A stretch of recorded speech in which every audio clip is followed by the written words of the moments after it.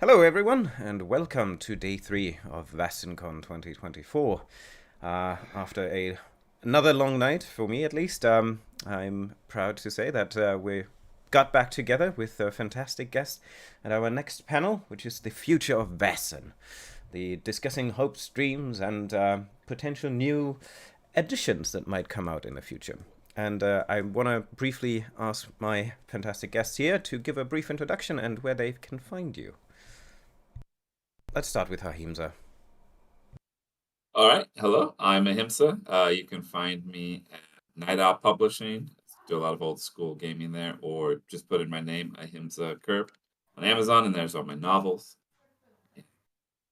How we got involved with Vaesen, I think I had just gotten into Forbidden Lands, and I had talked my friends into a game of Forbidden Lands.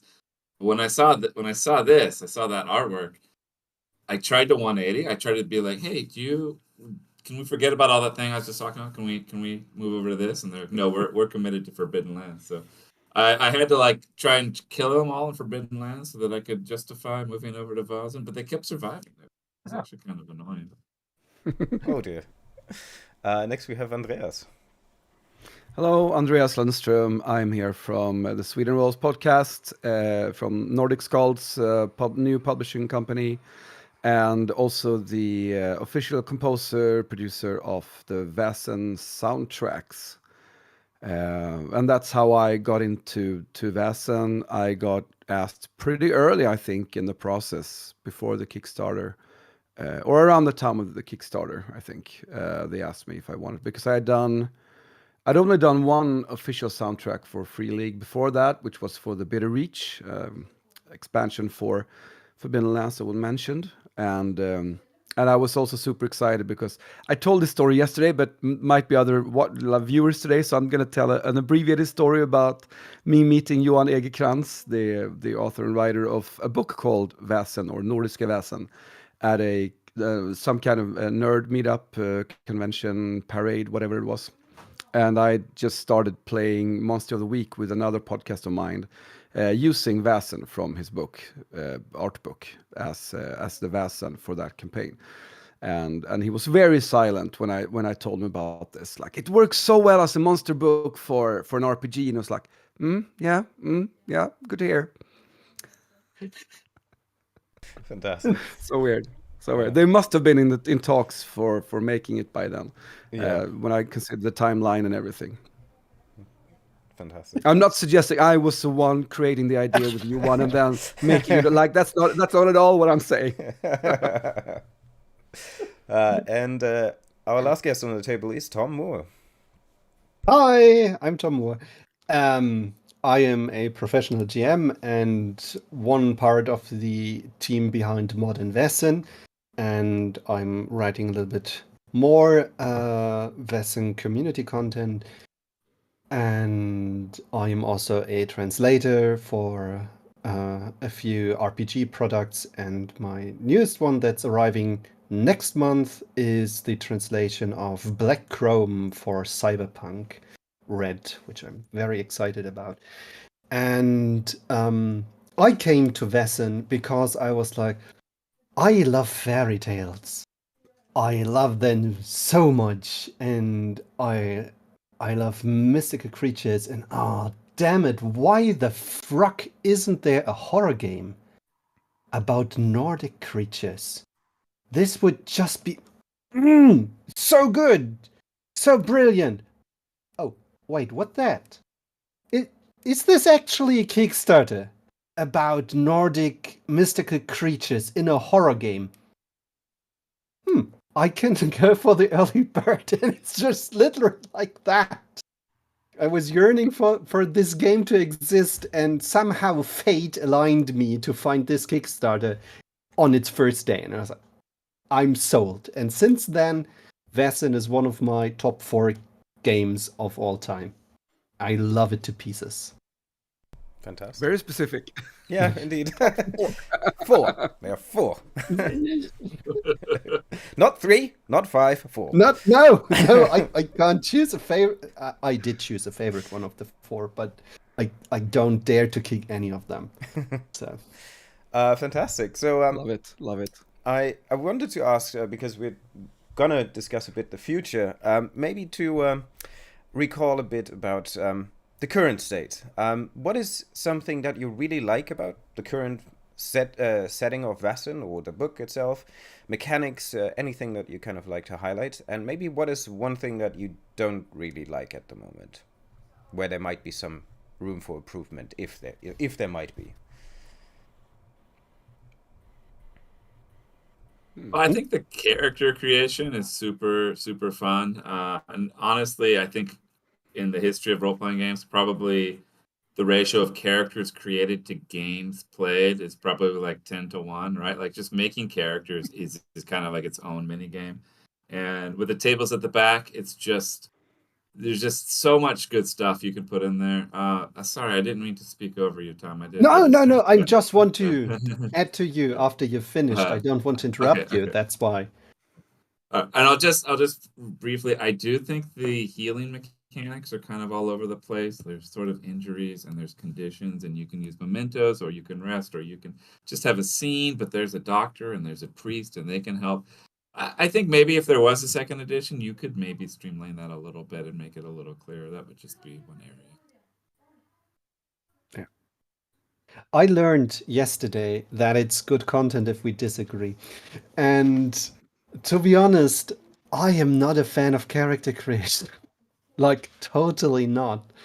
I am coming from other games who are a little bit more invested in character creation, where you can spend hours and hours just reading all the powers, of which you have to select between 10 and 20, and you have 4 pages of character sheets, and it's just like, what? And as a GM, you don't have to create player characters. No, you get to do NPCs. And I hate this part. And so I'm very, very happy with the fast way that Vaesen does this. And I can either go through the one page of the archetype with some additional pages here and there to just check how many skill points I need. But that's basically it. And even NPCs aren't that involved. And if I get to write a new Vaesen, I'm having so much fun. Writing up their powers and stuff like this, that's more my thing. So that's something I really, really like in Vaesen. And I scoured a little bit a few Discord servers and Reddit, and one of the things that was most oftenly mentioned was the healing rules, that they might need a overhaul. So seconding Ahimsa's. Okay, so I'm gonna oppose both of you then and say that I think it's good to have many options for healing, not just to have healing is done in this way. I love how narrative it can be for a priest to like inspire a character to get a hold of themselves or calm down or whatever, and the fact that you can have different ways of losing conditions and healing. That's one thing that I really like, because I think it adds narrative possibilities to it. I haven't really. I mean, I always go for the narrative, and I always go a bit loosey goosey with the rules often, even though the Sweden Rolls cast has even invented a term called blinkadink when I say you can't do that because that's not in the rules. From my perspective, I'm a bit loosey goosey with the rules, but they think I'm super strict. So it's it's always a matter of perspective. I don't know. Something that I don't particularly like with Vaesen that could be improved. I don't know. I think I mean, when it comes to something that always involves one particular thing, in this case, Vaesen, of course, you need a plethora. You need a list that's this long with different Vaesen.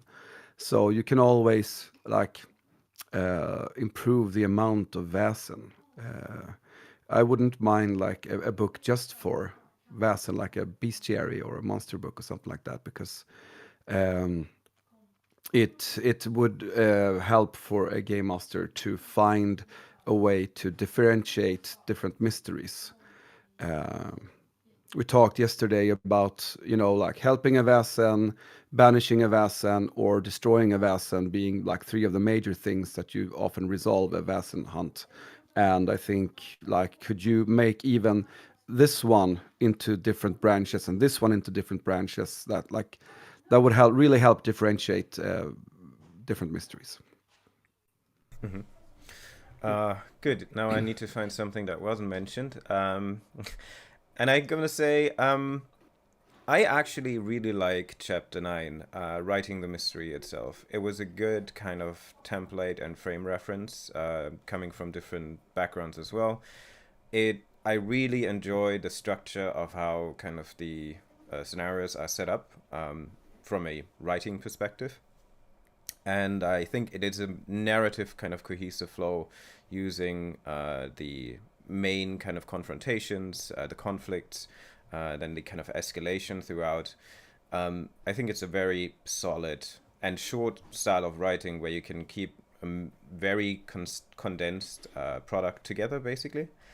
And I guess what I do also disagree upon, and I see John Hedge in our audience has mentioned that as well. I think the order in which tables and certain GM references are shown in the core book, it would help immensely if they are just in one section where there's GM tables, and because like I also know that every time I finish a game, I often like, where was that table again with the experience? It's in the player section at the end where finishing a mystery is done, and not in the GM section or something. So like that, I think these are the main points that I would kind of like to raise here. And I want to also Can I also comment on your first one there, because I think the structuring is a double-edged sword. Because for me, like having, and this is a thing with several free league games, that it's good that a game master can have like a fixed structure to do things, but I also feels that this is like a stretch jacket for the narration sometimes. That I have to be in these boxes to make the adventure go forward. So for me, I would like to say that if like they're a great resource if you want to create a mystery and don't have too much time to spend on it, you just fill in these boxes and you like fill in the blanks. But generally speaking, I would say that I would prefer to have them more like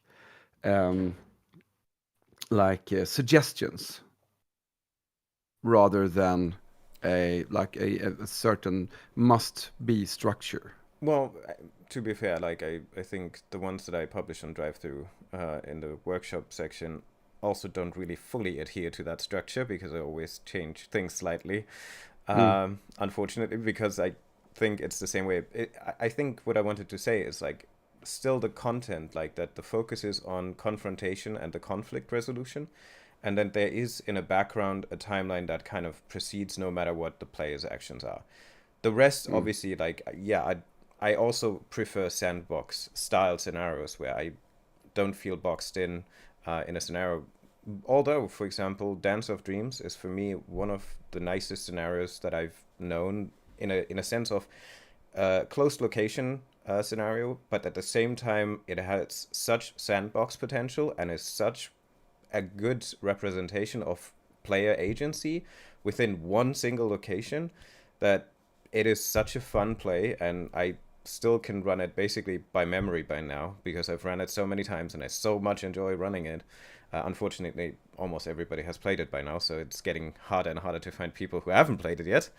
But yeah, I think that the focus for me was, in what I meant with structure, is the focus on the conflicts as its heart, in its heart at the beginning, because I just realized, or I realized when playing Vaesen, when you read the background section, you read the kind of conflicts and the confrontation section, you already have the scenario outlined, right? The locations, the NPCs, that's all kind of filler information. but you know kind of roughly the adventure, and I technically could stop reading there and just make up the rest for the scenario. Like how, if you know what is going to happen, then that's pretty much the scenario structure.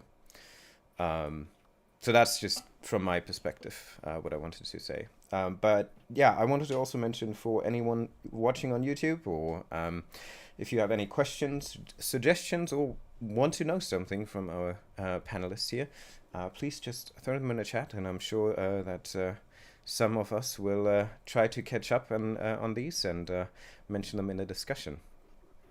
Yeah, the chat is already having brilliant ideas. First of all, hi John, hope you're fine.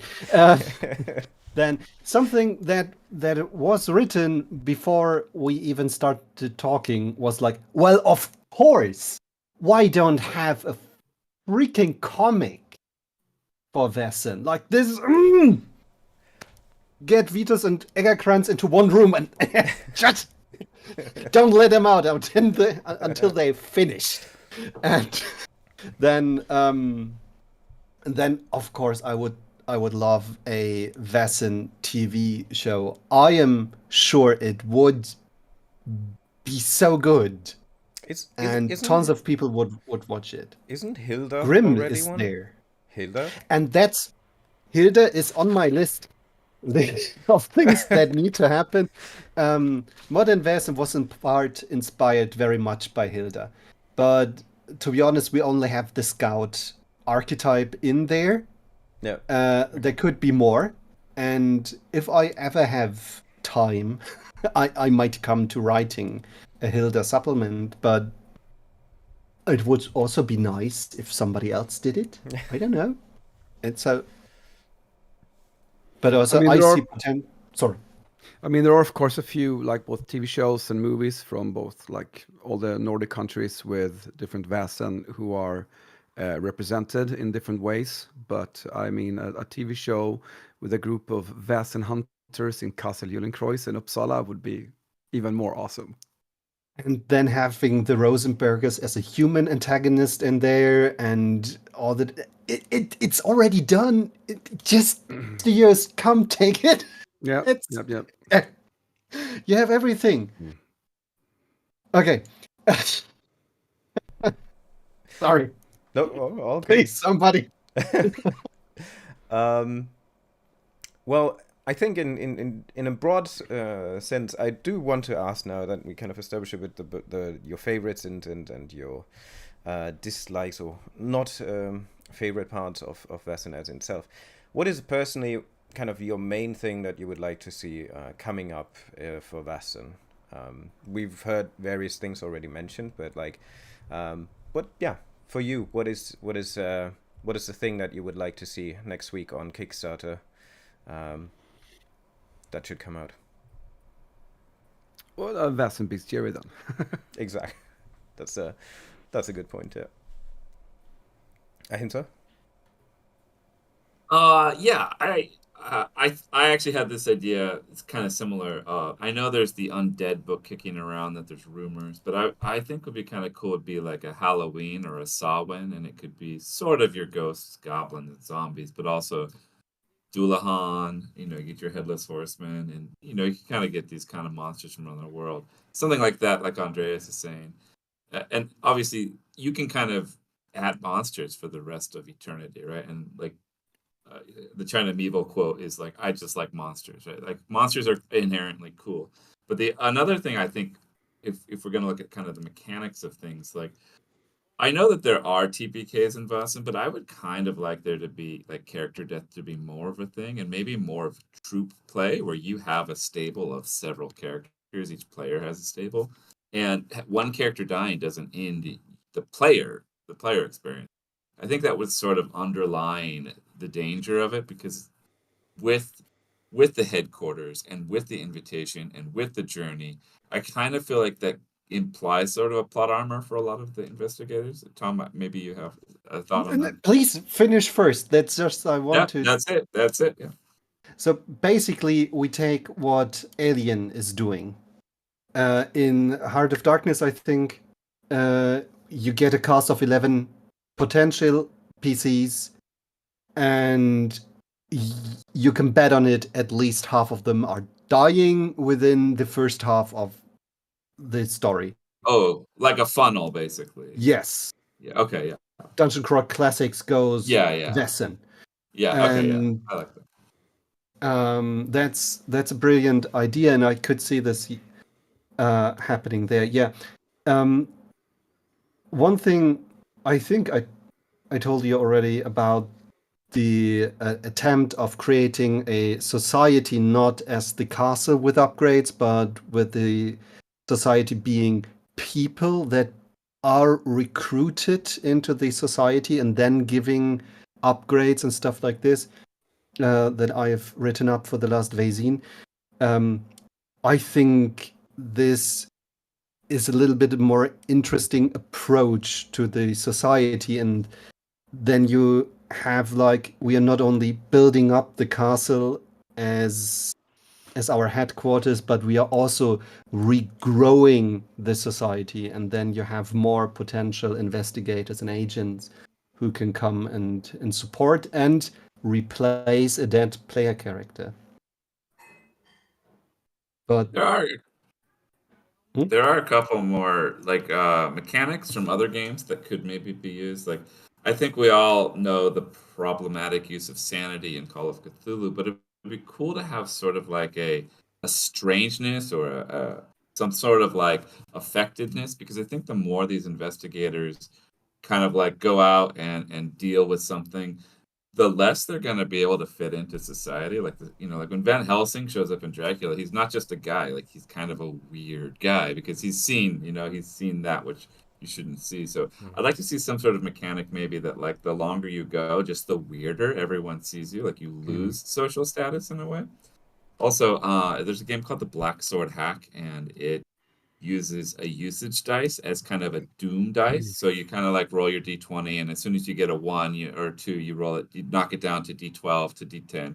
No, and I know with Vaesen we only use d6, but you can do it with dice pools. It'd be kind of a cool mechanic of like just an abstraction of like when you get your final 1, that's when something happens. And then the last thing I'll say is in the game I was running yesterday, somebody was like, "Can we do a Blades in the Dark flashback?" And I just brought this thing. I was like, "Of course, I love the flashback from Blades in the Dark. That's a fun mechanic as well." So Yeah, I I have love no that. problem with seeing something like that as well.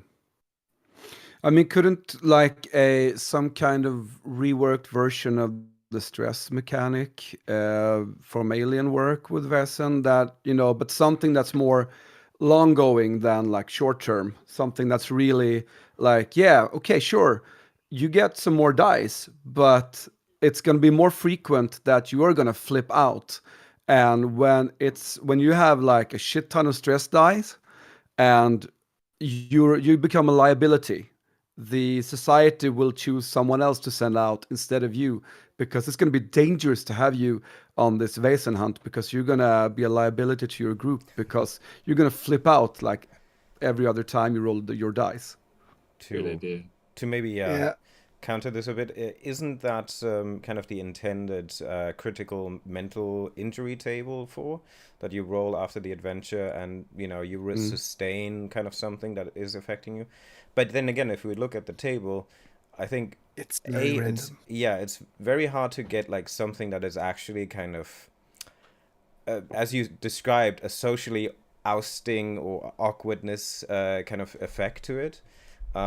So maybe just reworking or giving other tables that you can use in instead, I mean, it's not really hard to add another category like social status or something, which could be reflected as well. Like, are you normal citizen, or are you just the weirdest vagabond or cultist that is literally ignored and people walk around you by miles, changing the side of the street or something?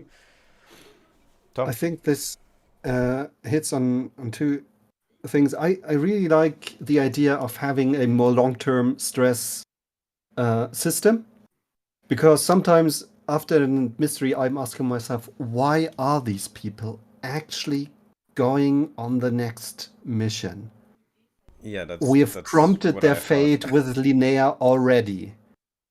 And they are now done, and they will return to Elgate, and he is doing his darnest to bring them back in line, but they are now scarred. And since it is their story about their traumas and their dark secrets, they become deep scars.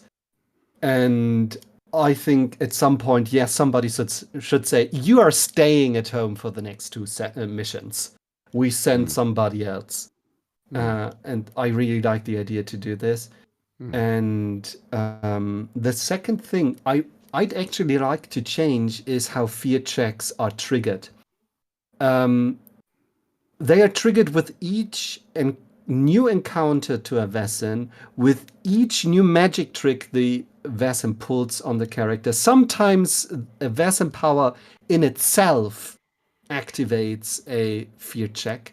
And then, if you find a horrible dismembered body, if you see a very frightening crow, this all can trigger fear checks by the rules. And I tend to ignore this because otherwise I'm not doing anything else than rolling fear checks. So I'd like to reduce the amount of triggers for them a little bit. So not to have to think about, well, if I do this in this situation, do I have to do it in other situations as well, just to comply to the rules if I am worried about stuff like this? I don't know. I think that should be more like to the GM's discretion than something that is in a rule change, from my personal opinion. I like how it is, like it's more like suggestions, and that's at least how I read the rules. Like the game master chooses like when it's appropriate to have a fear test, and then because I think that's a very difficult thing to set in stone, like rules as written, like this should always trigger a fear test, or this should never, or this should. I think that's difficult. I think that needs to be at the GM's discretion at all times, actually. Yeah, I think that. Yeah, I totally agree with you, Andreas, because like how I use it is more events that are either trauma, dark secret, or motivation related that kind of can trigger something in that sense, or that I specifically then ask for a roll. But anything else, I just kind of go with kind of how their feelings and emotion as a player character are, because that ultimately brings more out of them, because they often are the strongest critics themselves of how their character would interact. And so like sometimes they describe something, oh yeah, I feel so bad, I need to sit down, I can't do anything anymore. It's like, okay, well, that resolved itself. Yeah, I don't think a clear rule would be would be necessary, but yeah, suggestions. And as I said yesterday a couple times, the GM has always the option to ignore things. So, or forget, which is in my case. I forget fear tests all the time. Like if my players get one fear test per Vaesen hunt, per mystery, that's some kind of average. Unfortunately, I should do it more, but I always forget about it. Always. I have to admit, I actually more often forget when I do a fear check, but I do forget that technically they are supposed to do fear, freeze, flight, or panic or something. And I very often just ignore that or forget about it, because I often just listen what the characters describe, how they feel and how they react upon it, rather than to force them upon one of those conditions on top of the other condition. Which I think, I don't know if I do it subconsciously or consciously, but like I think the reaction of the player is already kind of a good narrative drive, and I don't need the additional punishment in that case, especially if it's foreseeing, I don't know, you fail a fear, God forbid, but like you fail a fear test foreseeing a Nissa the first time, and you suddenly are, terrified, freeze, and cannot do anything. So I rather say kind of describe something that, why is this affecting you? Because you suddenly realize that Vaesen are actually real. They're not just fairy tales. You actually see one in front of you. And the realization of kind of worlds that are imaginary and real kind of collide for them. That's what the description, or that's what I'm after. And that's when then they then describe. And I think that's better than to have these 4 conditions that they're kind of supposed to have afterwards. But that's just me, I guess. I love the drama that comes out of these situations, and if you have 4 PCs who can't act and only 1, and there's an active threat going on. Oh, I love these situations. Yeah, I mean, you're very fortunate if you have players who can describe the result of a failed fear test as well, like for it to be as crippling as one of these 4 would be. I like from my, but of course I mostly game master like youths in libraries when I game master Vaesen, because Matthias is the one game mastering Vaesen in Sweden Rolls. So in their cases, I kind of have to go with one of the 4 because they wouldn't do that. I need to game master adults more when I play Vaesen. Anything else to add, or Ahimsa? No. I will say Tom's example of like the Raven that in our like our Vaesen TV show, I can see the jump scare, right? Like the Raven, and then the person sees it and they're like, oh! So I could see these fear tests working pretty well in our Vaesen TV show that we're developing right now. And the character dies due to an aneurysm or something else at the age of 35 because of a long life of labor and difficulties in those times. Murdered by a murder.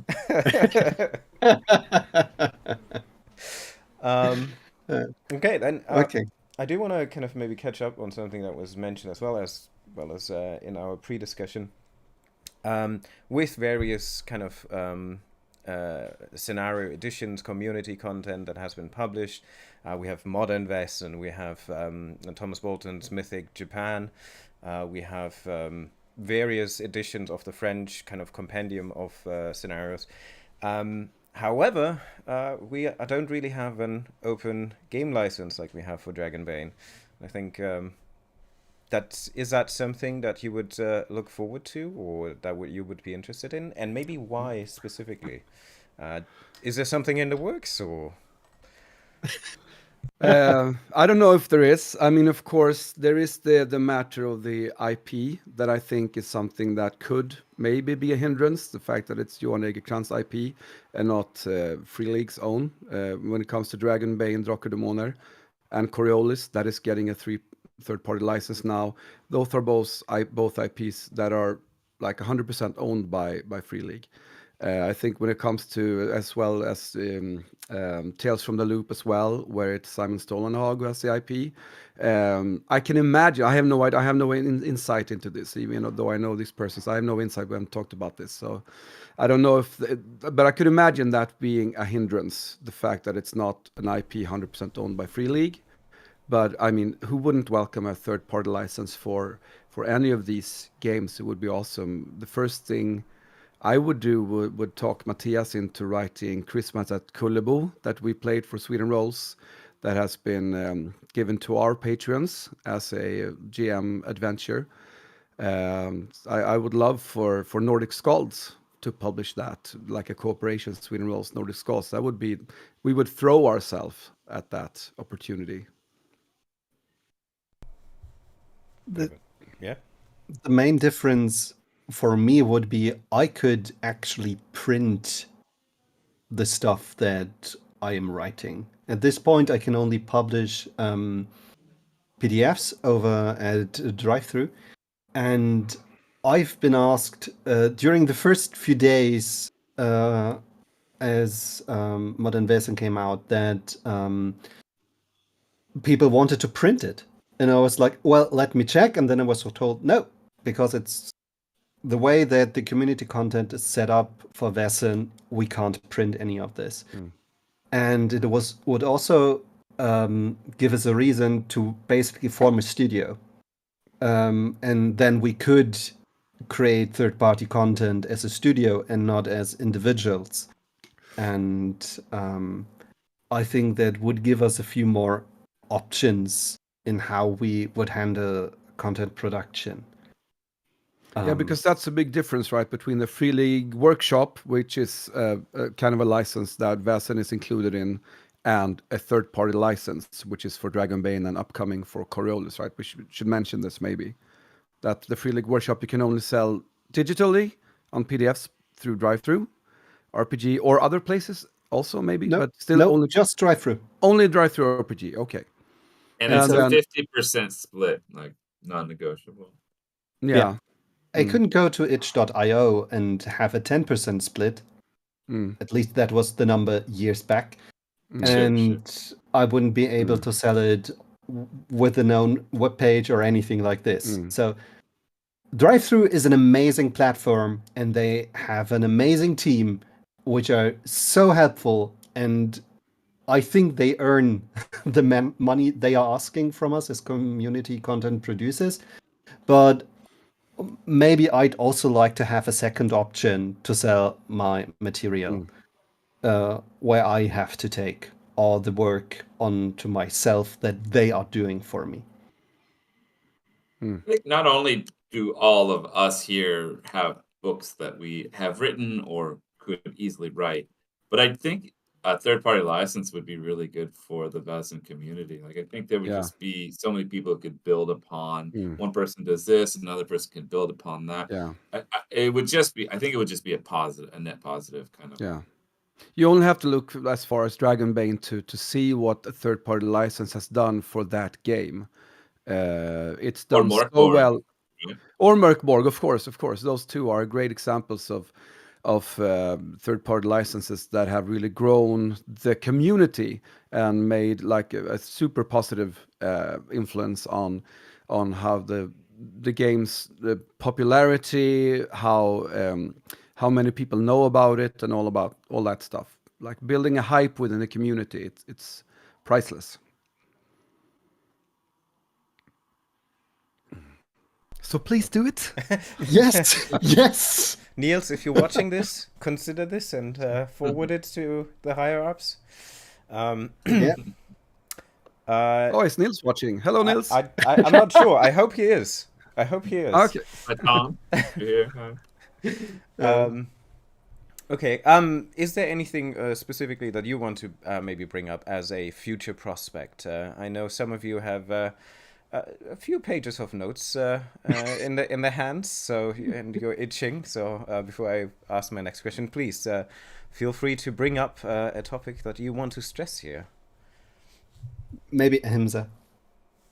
Sure. How about ancient Greece, right? That's an easy one. We have all those cool monsters and gods and stuff, and I think that would be a pretty natural one. Now I know I know that we have the Britain, but I think there's still room for like a purely Celtic, I think that could be quite cool. Maybe older, I think earlier than 19th century, you'd want to change the setting on that one, maybe. Maybe like go back to the Picts and that kind of era. Now, if we're talking, there's also, this is British, but pure Arthurian might be kind of cool too. Like you play as a knight perhaps, and maybe you're on a quest. And of course, there's the Sleepy Hollow Halloween one, or you could do the classic Krampus and Christmas Creatures one. And I was thinking, now this would be a new license, and you'd be treading on the feet of a classic beloved game. But wouldn't Vaesen be a pretty good system for a new Ghostbusters? Like that might actually be kind of interesting. I don't know. I love that. I love that. No, I don't know. But apart from the thing I mentioned earlier, Christmas at Kullebo, it would be nice to like what I would like to work on. That was a question, right? Yeah. I don't know. I'd probably do an extended bestiary, like because I know the Nordic Vaesen like pretty well. I don't know Vaesen from other places. I would like for other people to do a North American Vaesen set in the Old West. That would be awesome. A lot of Louisiana Vaesen that are so awesome and so cool. I think that a Slavic Vaesen would do really, really well because those Vaesen are. I don't know many of them. I Terrifying. don't know many enough, but they're fucking terrifying. They are Yeah. awesome. So Slavic Vaesen would be awesome. A sub-Sahara Africa Vaesen. Mhm. Yeah, there's a lot of geographical places you could go. Yep.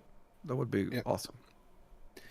I mean, it's so obvious to me that I didn't put it on the list, but of course, Germany would be a good realm because as I was looking for stuff to set modern Vaesen scenarios, I became aware how many different people or peoples are living here, and we have the Sorbs in Eastern Germany, and they have such a rich culture with so many interesting creatures in there. I've lived in that area for a few years, and there's so much awesomeness there, but also, well, it's as all places, if you're looking close enough, they are brimming with Vaesen, and I would find to be very funny to write two German societies, one for the romantics like the Brother Grimms and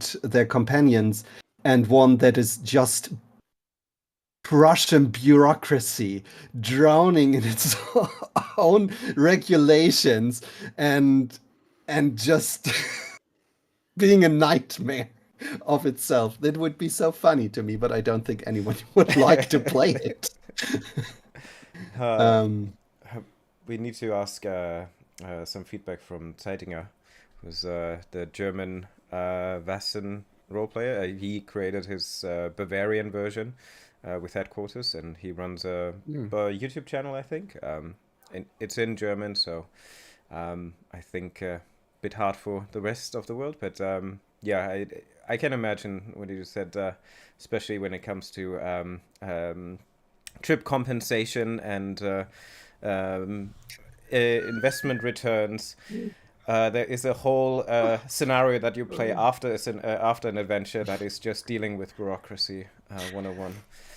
Are you qualified for a level 3 nightmare disposer? Do you have the necessary forms? Are you allowed to carry grade 2 holy water? I am not sure. Please hand in the paperwork. Yeah. It's Delta Green, but German Vaesen. That's true. On a more serious note, something that I became aware of just a few days ago is that Nordic folklore has an entire underworld where a lot of different Vaesen are living as neighbors to ordinary people. And I didn't see this being mentioned in Vaesen at all, or to a degree that I realized that it is such a big deal, actually. So I would love to have at least a mystery or a couple of mysteries exploring that part of Nordic folklore. That I would love to see. I'd like to see a campaign or a mystery that goes into details about the Rosenbergers as an offer how to use them and get some reasons why are they trying to get rid of the society, or at least just take them over. That would be great. And then I came up with, of course, Hilda, and then what if scenarios?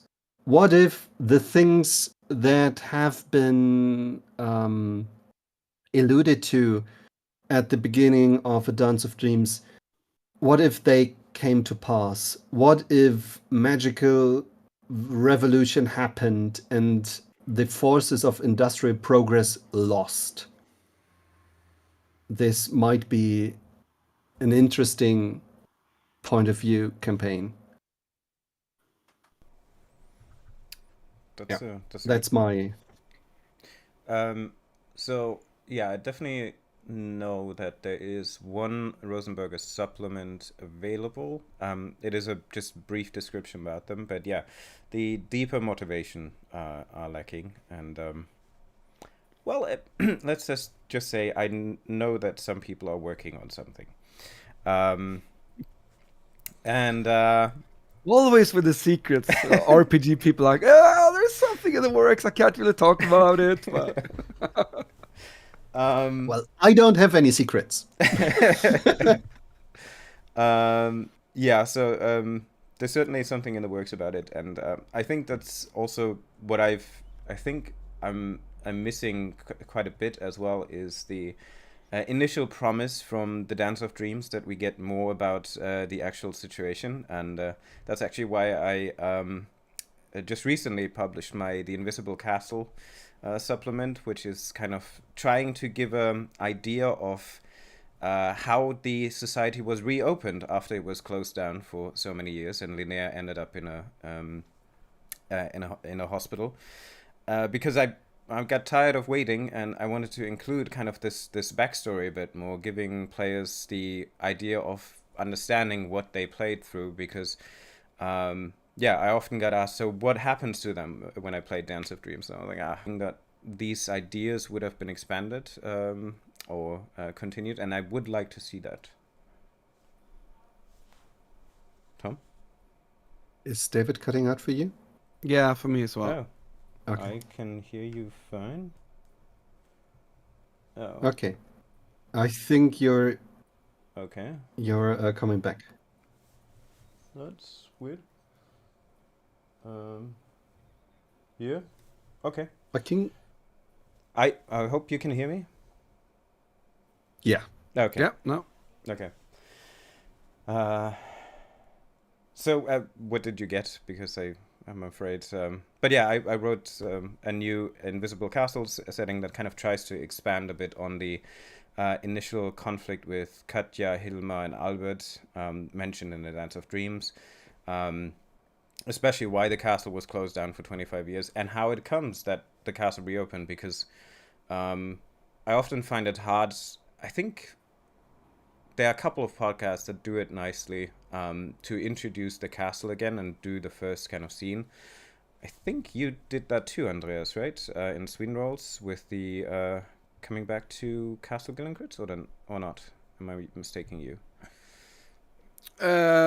Yeah, exactly. Our second season was the group arriving at Castle Gyllenkreuz, Yeah. being summoned by the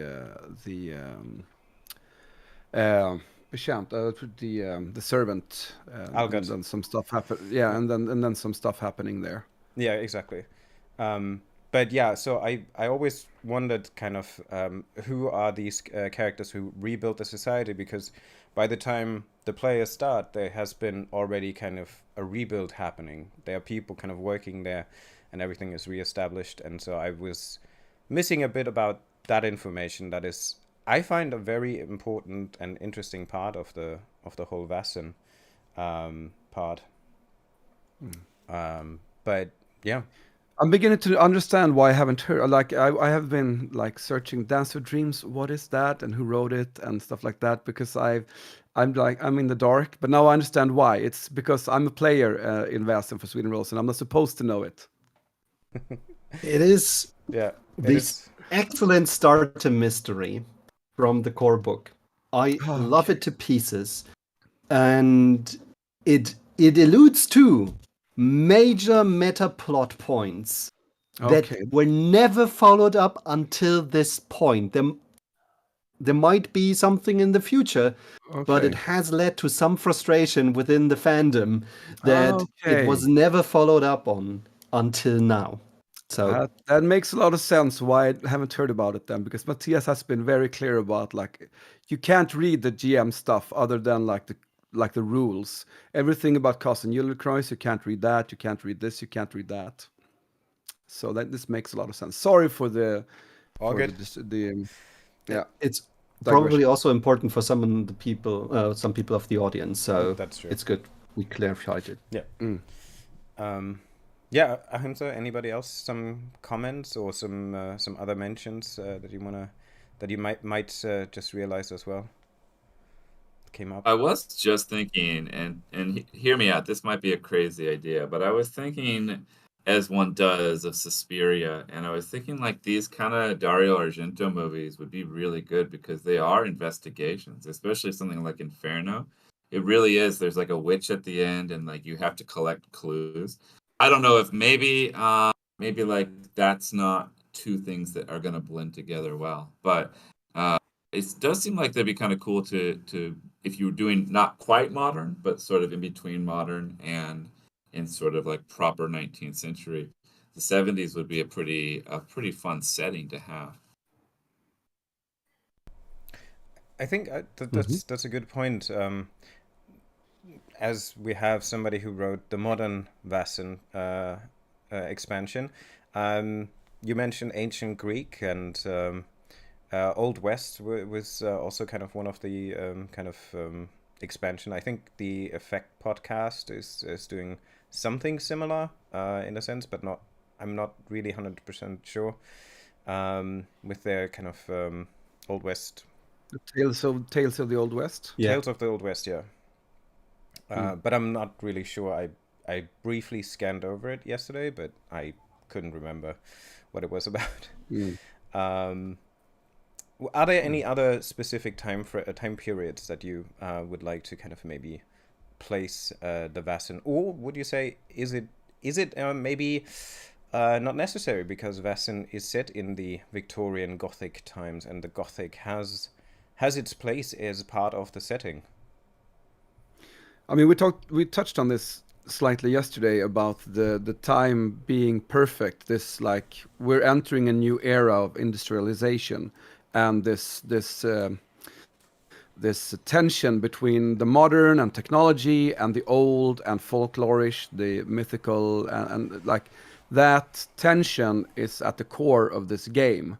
So would you, if you take it into a too modern era, how much do you lose of that tension if you go backwards, where there is no real modernization? Like what?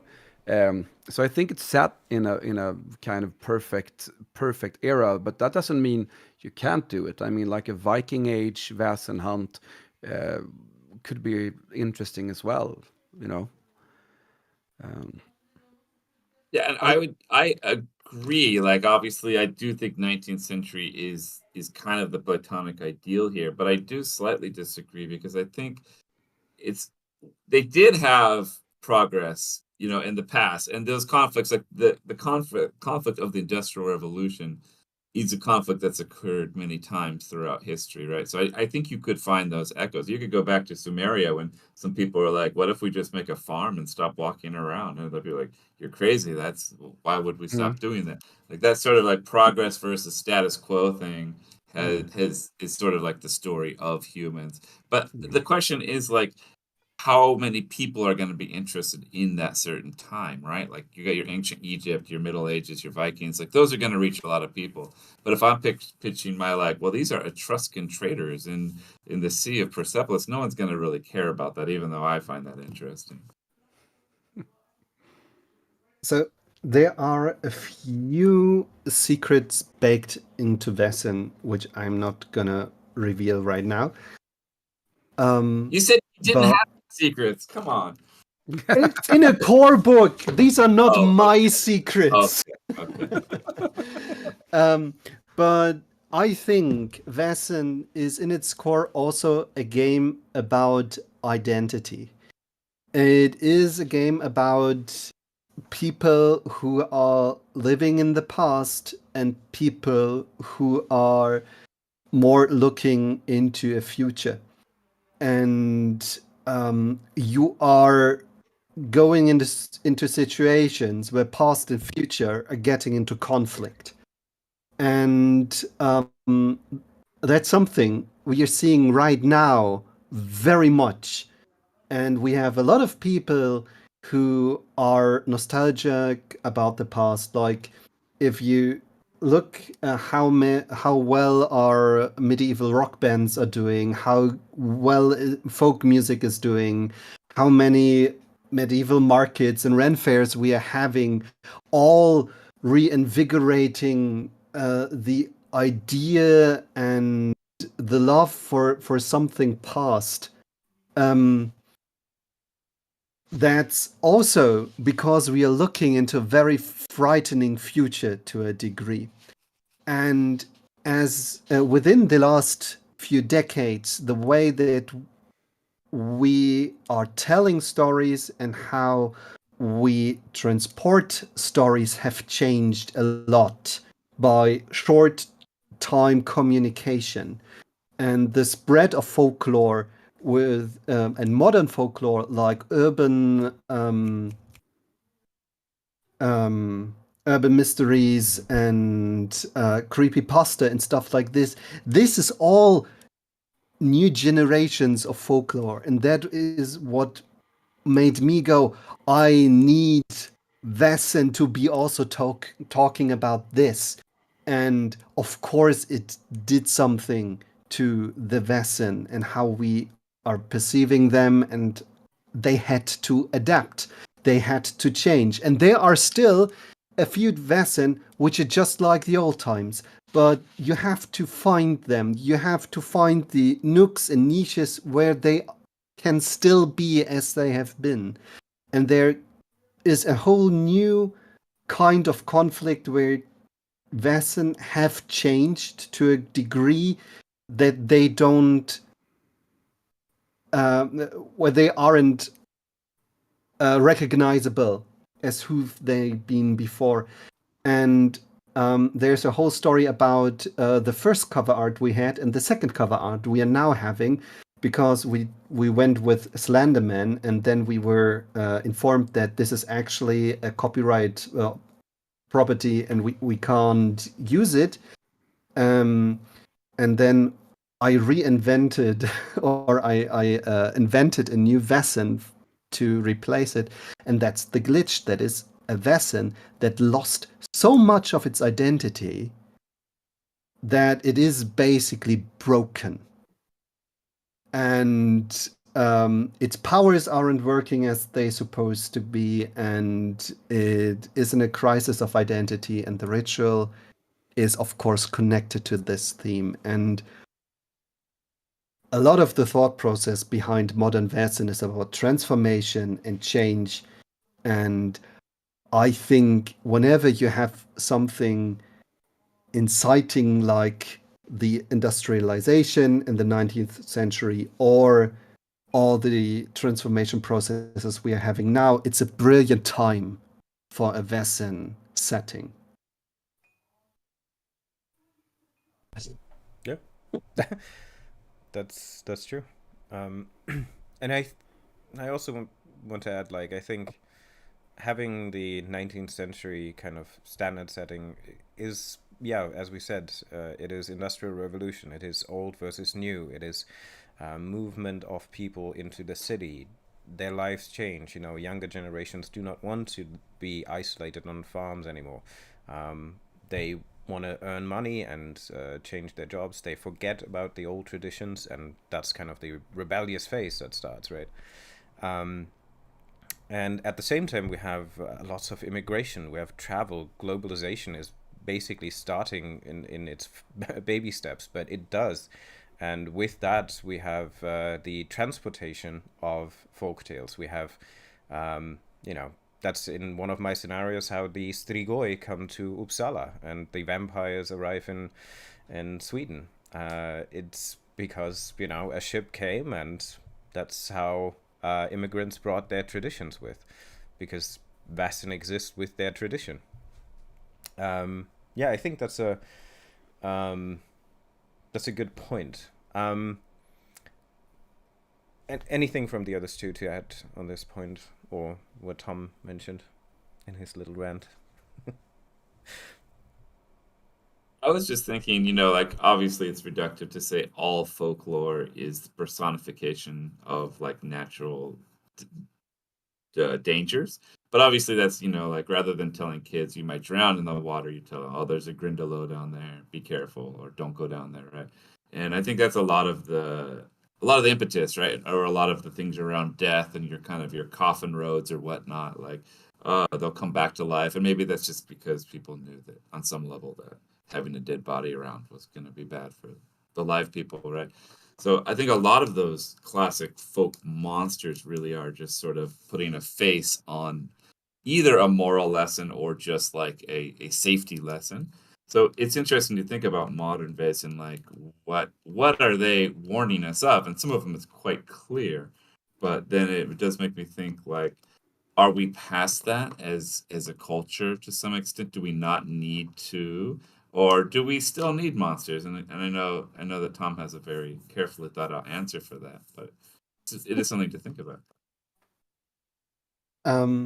I'd like to add, yes, folklore creatures are there to as warnings, but also they are used to putting a face to it is like a good phrase, because if you put a face and a name to something, you can describe it, and then you have some sort of control.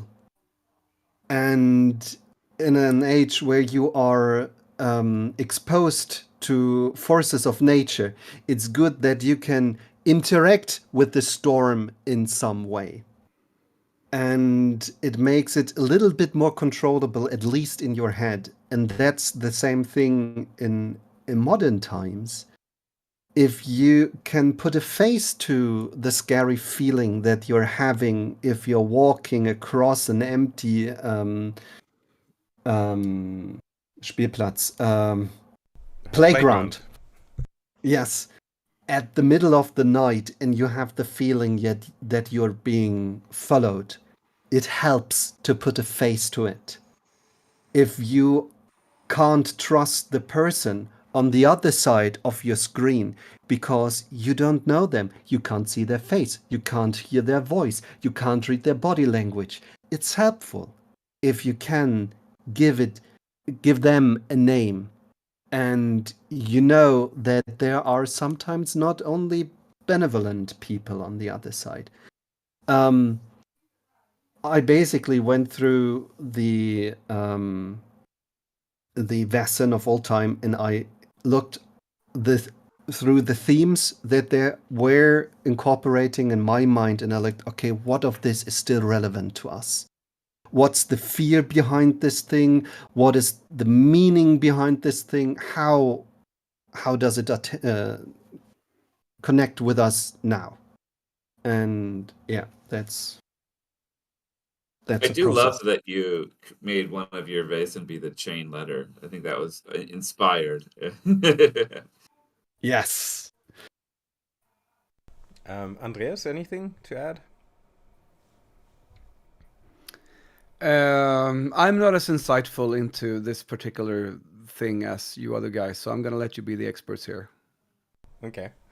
I might actually want to kind of bring something forth that I actually found in my notes, which is speaking of future editions and evolvement of game mechanics, or the editions of Vaesen. Are there anything specific regarding kind of keeper or GM tools or compendias or source books for keepers that you are looking forward to, that you would like to have expanded? For example, in our Vaesen, in the first couple issues, we tried to dive a bit deeper into the magic section because it's only briefly mentioned, and we tried to kind of expand on it, given that it's magic for the players, and that's obviously a dual-edged sword as well, because on the one hand you have magic happening through Vaesen, but what if you could gain powers or artifacts and runestones in there? Like, what is your opinion on this?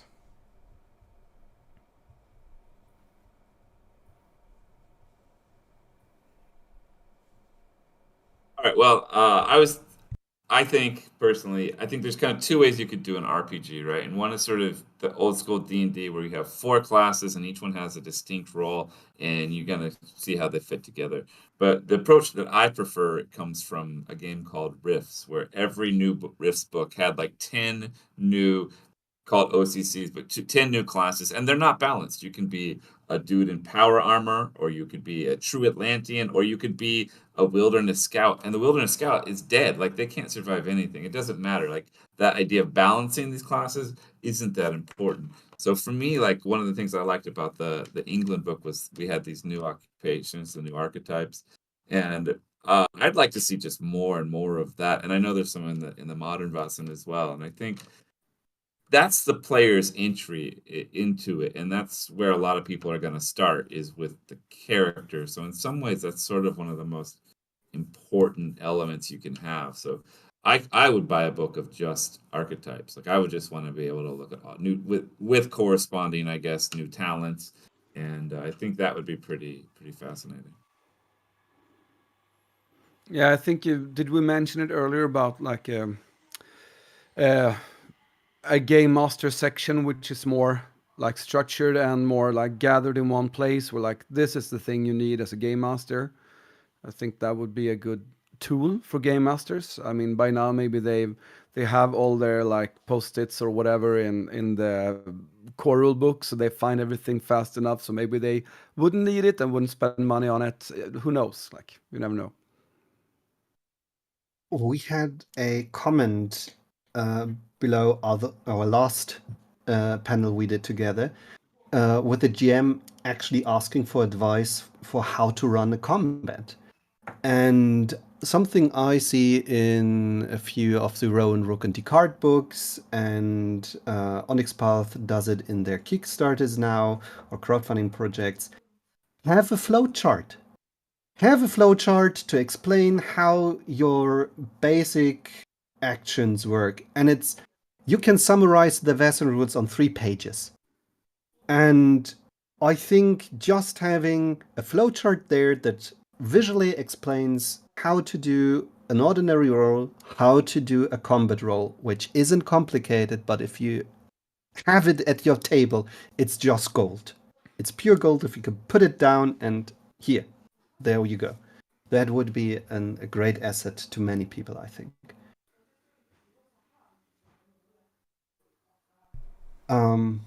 Are we still with how to make lives easier or better for GMs, or is this a more open question? This can be a more open question, and unless somebody has something else, I don't think. Then you can advance it to page 2 on your notes. The Discords and Reddits ask for more talents. That's something people want to see. I think longer running campaigns easily end up at the point where there's no further character development possible, especially with the fast-paced character growth set up if you go by the rules. That's maybe something we should change in a later edition. Like, getting a new talent and a skill raise after each scenario is insane. If you give XP at the end of each session, you have like tons of XP to throw at things. And I think it would be interesting to maybe have not a vertical but a horizontal growth system with a few more bits and bobs you can add to your character or even change, as City of Mist does it, would be great. And more talents are always a great idea. Yeah, that would be awesome. And then I have a big idea, but maybe Andreas and Ahimsa want to talk to. So I have a question for all of you, because I know some people think that investigation and manipulation are kind of OP, and they're kind of like the skills that you need. And I'm wondering, is that true in your experience or in your game? In all my games, all kinds of like persuasion, manipulation, whatever you want to call it, it's always going to be like a core skill. I always say that it's not enough if one of you have it.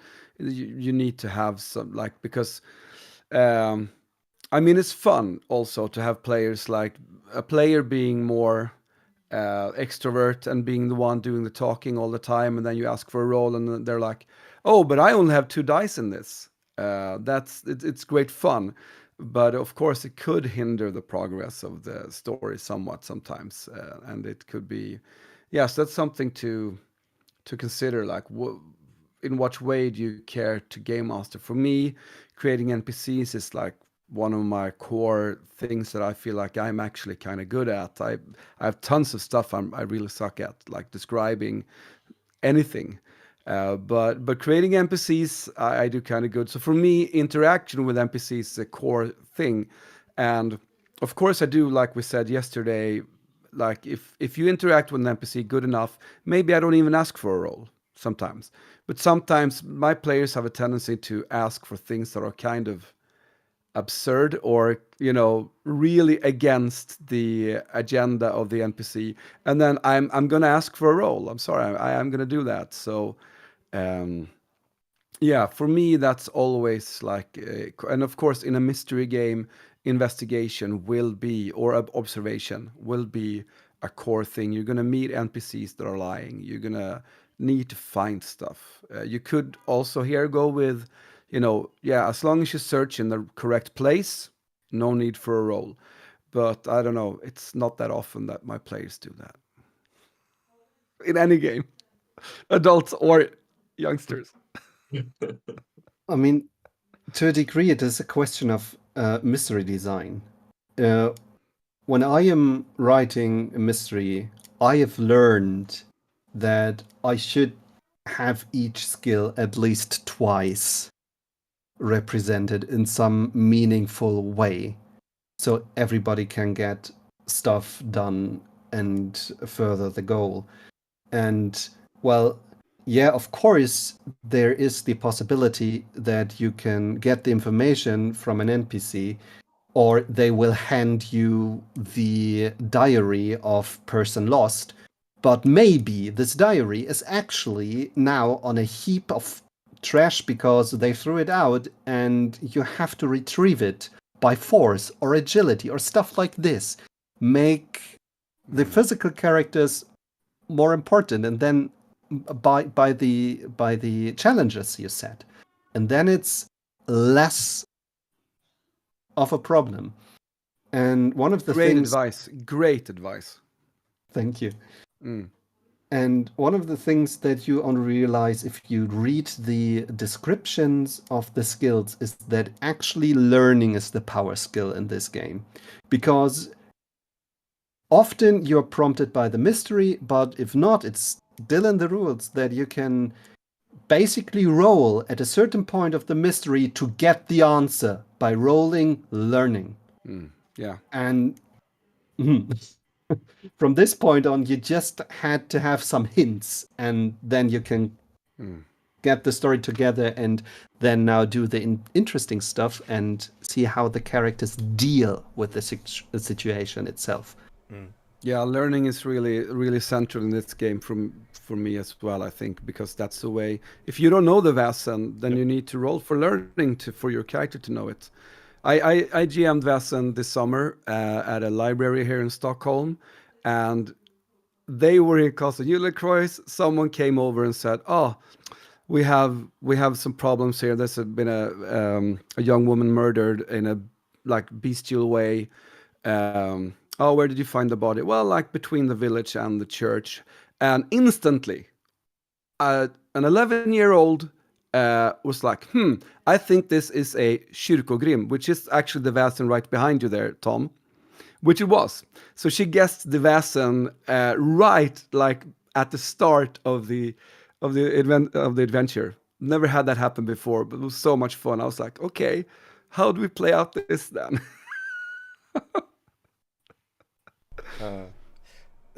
I also want to maybe just say something about your question, Ahimsa, which is, yeah, I do tend to focus on observation and manipulation, but in a sense of it is important, investigation obviously as well, but I think I said it yesterday in the GM discussion, that I tend to not hide the clue in itself, so I make that available, but I have the consequences be that the players need to deal with. So they find the journal, but finding the journal, they notice, through investigation, they notice like the handwriting is the same style as somebody else, or they notice somebody's watching them, and that has a consequence. And so they need to use the skill check on the resolve of finding the clue rather than to find the clue, because I've had it long enough that I tried various ways of like, yeah, you look around, and then you have 5 people rolling dice for 15 minutes and not one of them gets a success, and you're like,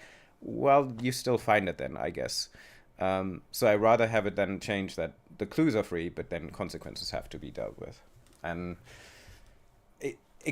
I think it doesn't change the excitement, because you can still say like, we're looking through the room, right, for some clues. Okay, it takes you about 15 minutes. You find the clue, roll for investigation to see if you can find something else or if you notice something additionally. I think that this forward kind of progression of giving the players the continuous incitement also minders the issue that, they have to be rolling for like 15 minutes or stay in a room until they succeed in a skill check, which I don't know. There are only so few clues where I would say this is absolutely necessary. Like, yes, if the clue is in a safe behind a portrait or something, you need to find some other way to figure out that there's a safe in the room. Yes, but that means that you need to talk to people most of the time. So then again, manipulation, observation becomes the driving clue for me. And it is kind of, the mystery investigative aspect of it. But yeah, as I said yesterday, don't make the clue finding the important thing. Make the consequence of finding the clue the thing. And that's, I think, much more rewarding and forward for players in general. Because then you always have to do still some learning and understanding what that clue means, right? Because often enough you have then contradictory players who are like, yeah, well, we need to obviously burn down the church to really deal with the problem, or we need to do this, or we need to do that, and then the discussion actually begins. And yeah. One thing you can do is go to the secret of the Vaesen, because that's, at least to the people that I play with, often not known unless they have read the Vaesen section. So if you need another layer of mystery to solve, the secret is there for you. And that's also something I tried to lean on last panel, is personalize it. This is not a church grim. This is the church grim of this place. It's great you have this brilliant idea. This will make things easier for you if I come up now with something that's special about this. But that's something I'd jump to right now. Do we have any questions from the chat? Yesterday we didn't either. I don't know if it wasn't that we didn't have much time for it, or if there wasn't that many questions, but yeah, it would be great to get some questions from the chat. I was just gonna ask as well, for those watching, if you have anything to add or ask to these fantastic panelists, please do so, as we are coming close to the end. While they're busy typing, I can ask a question of the chat. We also have a slight delay, so. There's actually one question from Bluescat about what our feelings are regarding the countdown mechanic. I love it for several reasons. I second that. I like it because when in doubt, what to do? Players are stuck. You need tension. You need anything to progress the game. Hit the countdown. maybe have an extra step prepared. My countdowns tend to be a little bit longer than the usual 3-step and then the disaster of many prepped games. But yeah, it's an awesome tool to get things rolling again or to increase pressure and tension. And that's pretty cool. It shouldn't feel like it's a punishment. It should feel as a tool to progress the story. And then I think you're golden. In a sense, it is the story Yeah, that just runs in parallel. And you just mentioned what is happening. Yeah. You shouldn't have like a necessary story beat in your countdown. So don't halt the action until a certain story beat is being introduced by the countdown. If it is by the mystery design, be flexible about it, because it's boring to wait another night for something to happen if your players are here right now and they want to go on the adventure. I think I mentioned yesterday about this kind of thing being a very useful tool for game masters if the players get stuck. If you think you've left everything super open for them, you feel like they should be able to know who to talk to, what to find, but they don't, and that sometimes happens. And then it's great to just have, okay, well then the story progresses anyway, and now this happens. Deal with it. Great point. Don't make it out as a punishment. Don't make the players feel like, you really fucked this up. Now you have this to deal with. Just like, okay, we need to progress the story. So then this happens. Now it's more obvious which Vaesen it is, and maybe even obvious how to deal with it.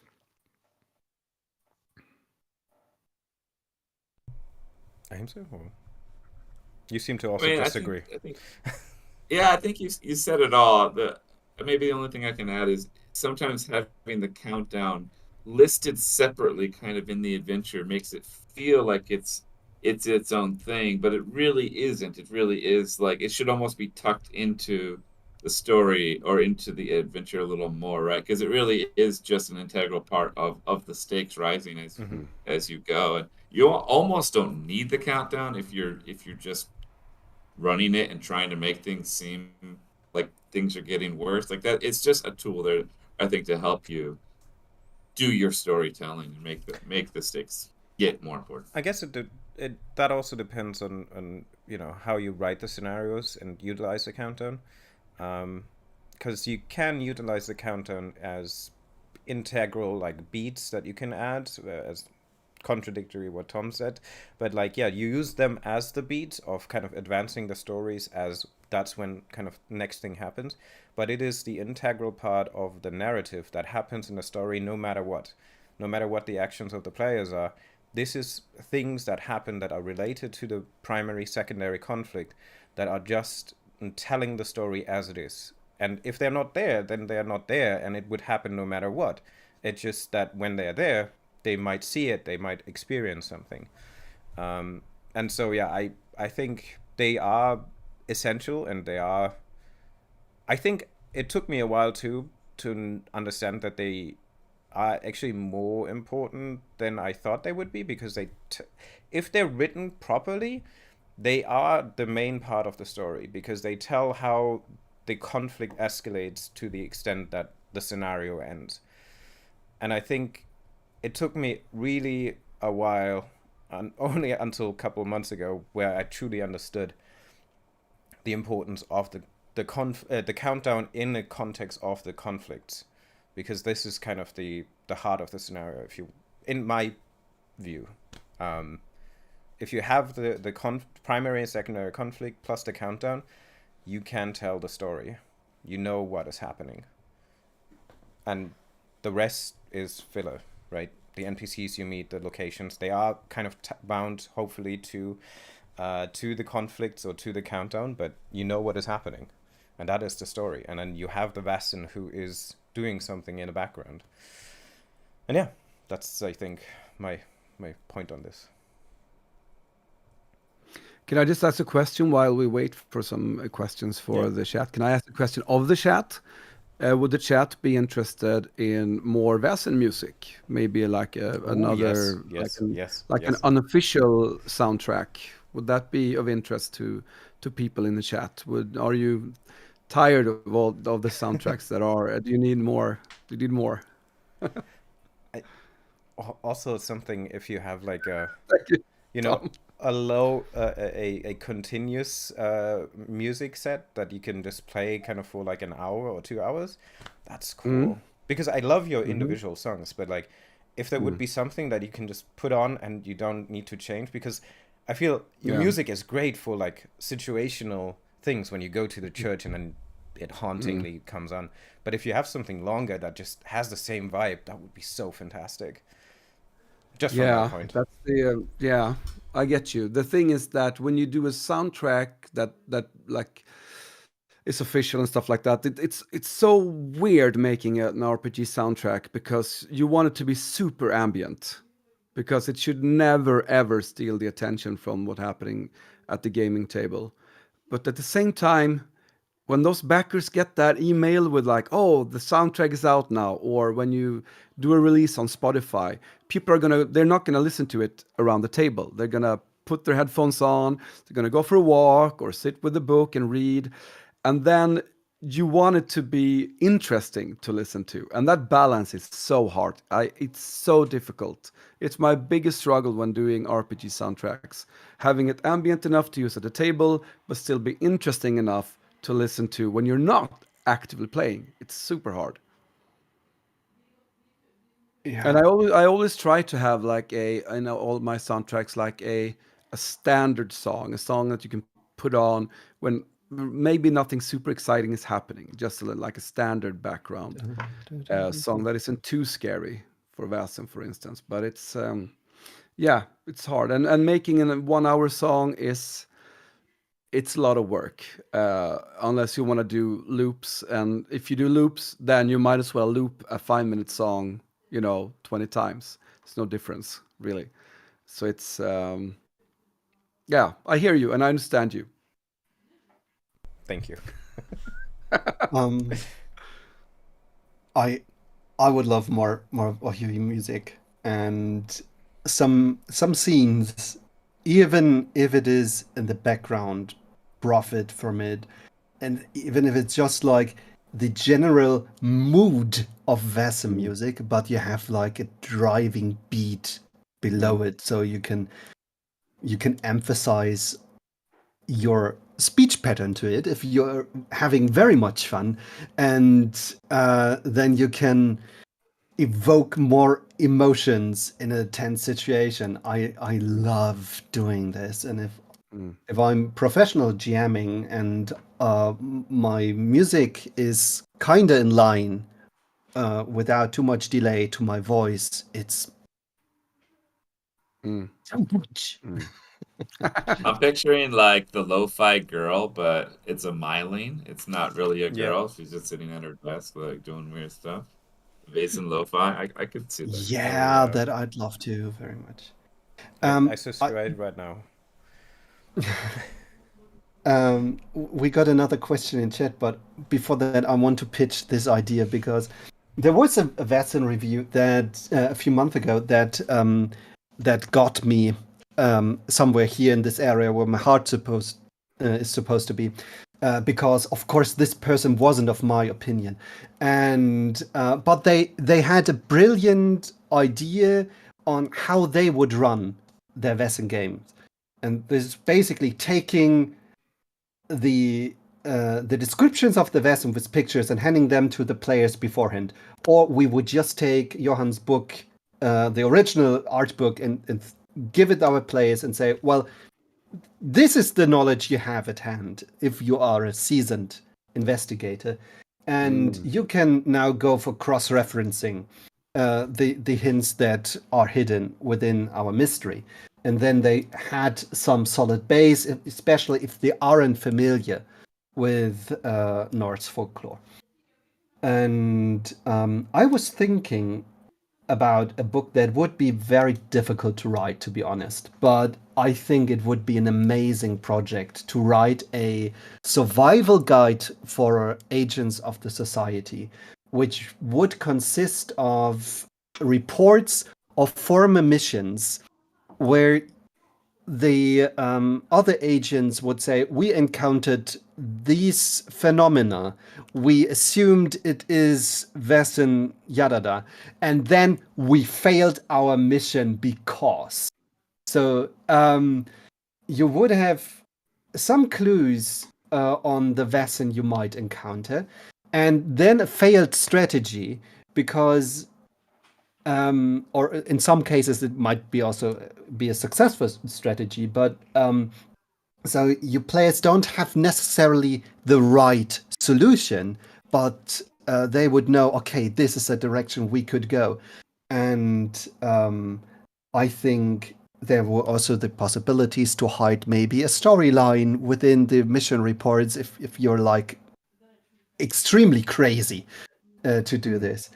And maybe you would only have references to where to find necessary information. Like we would have probably gotten to the bottom of this if we only managed to reach this monastery, because they have reports and stories of their own. But in this winter night, we couldn't because there was a blizzard, and we had to go because the Vaesen attack was too heavy and we lost half of our team and we are returning to Uppsala. But if anybody wanted to solve this, there would probably be a solution.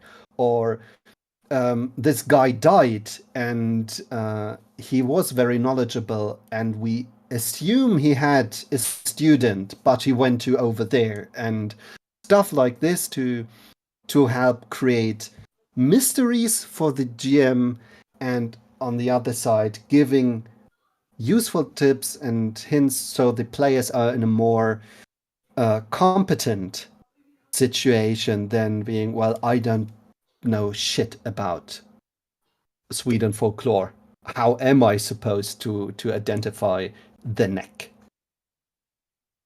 So I love that. Like an in-world Vaesen Hunter's handbook. Yes. Love that. Of course, you would print it with a deluxe version, with old leather and Yeah, I was thinking the same thing. But cool, to be honest, players hate homework in my experience. Like, they're not gonna do it. Like, maybe I know that you are a professional GM, and I know Andreas has like the voice actors, but in my experience, they do no homework whatsoever. Like, if I ask them to read a paragraph, they are pissed off. They're like, "Come on, man! I'm here to play games. I don't want to read a paragraph." Okay.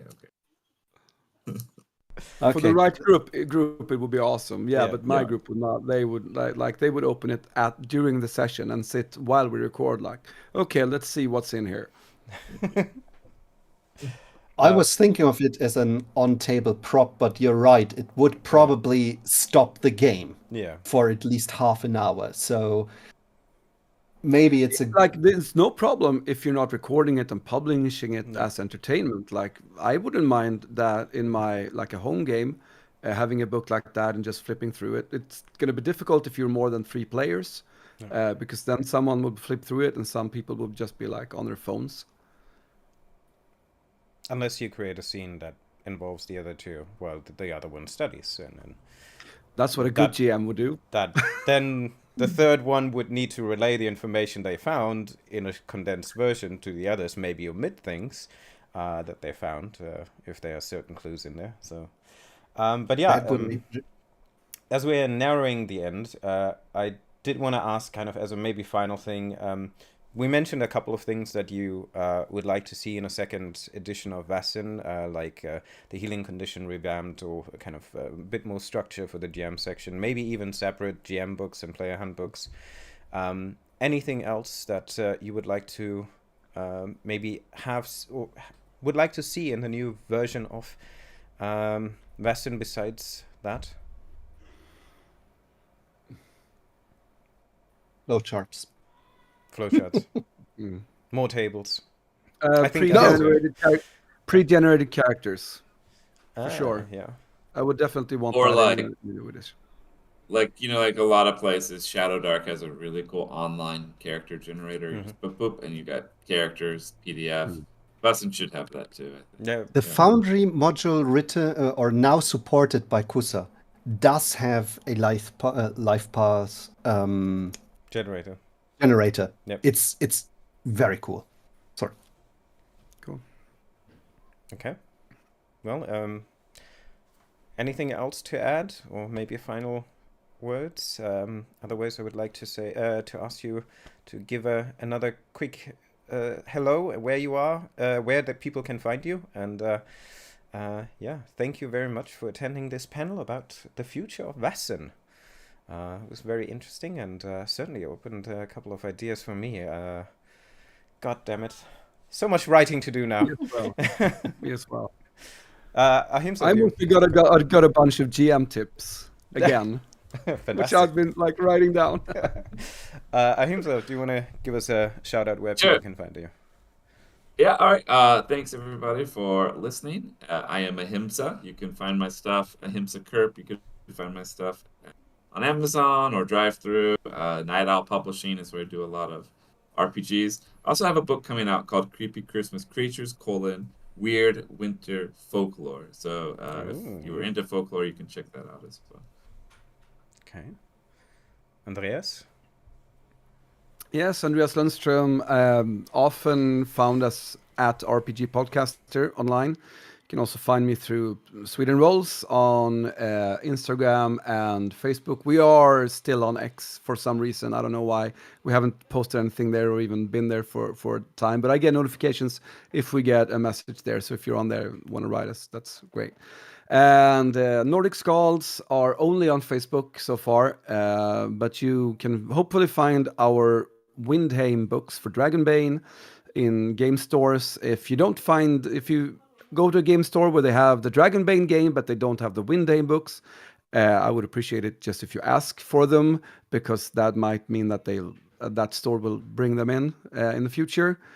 Yeah, and my music is everywhere where you find music: Spotify, Apple Music, YouTube Music. My soundtracks for Call of Cthulhu, Sweden, Bitter Reach, Vaesen Mythic Britain Ireland, Dragonbane, Twilight 2000. I think that might be it. There's some upcoming stuff as well. I'm going to be working hard on at least 2 or 3 other soundtracks for RPGs in the very near future. And Tom Moore. Thank you. I'm Tom Moore, a professional GM over at startplaying.games. If you go to the GM search, you will probably find me.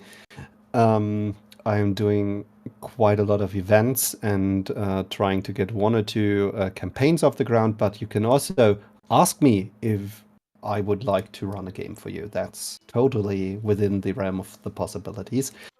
And aside of this, I am one of the minds behind Modern Vaesen, which is on sale on Drive-Thru, and sometimes it's also on discount, and I don't think it is right now. But yeah, you can get it in a bundle with an introduction mystery. Don't wait for the discount. Go get it! It is in a bundle with Remember Me, the introduction scenario to Modern Vaesen, which I really like, and it's probably the darkest thing I've written so far. And I am, for the most part, on Discord and a little bit on the socials like Facebook and apparently on Twitter and Blue Sky, but I don't look into there too much. So if you want to reach out, this Discord server, VaesenCon, is probably the best chance. And if you want me to write stuff or so, I am open for contracts. Fantastic. Yeah, I want to thank each of the panelists for this beautiful discussion. Just also a shout out from my side as one of the editors for Vaesen. If you like to contribute anything to our quarterly magazine, or you would like the community to know about your recent new ideas or events, please write us at vaesen@gmail.com, and we're happy to edit and publish your article or your scenario or whatever you want to contribute to our little magazine. So with that, I would say thank you very much, Ahimsa, Andreas, and Tom. have a fantastic Sunday, and everybody else, enjoy the con, and hopefully a couple more panels until we close later tonight. Bye, everyone. Have a good one. Bye.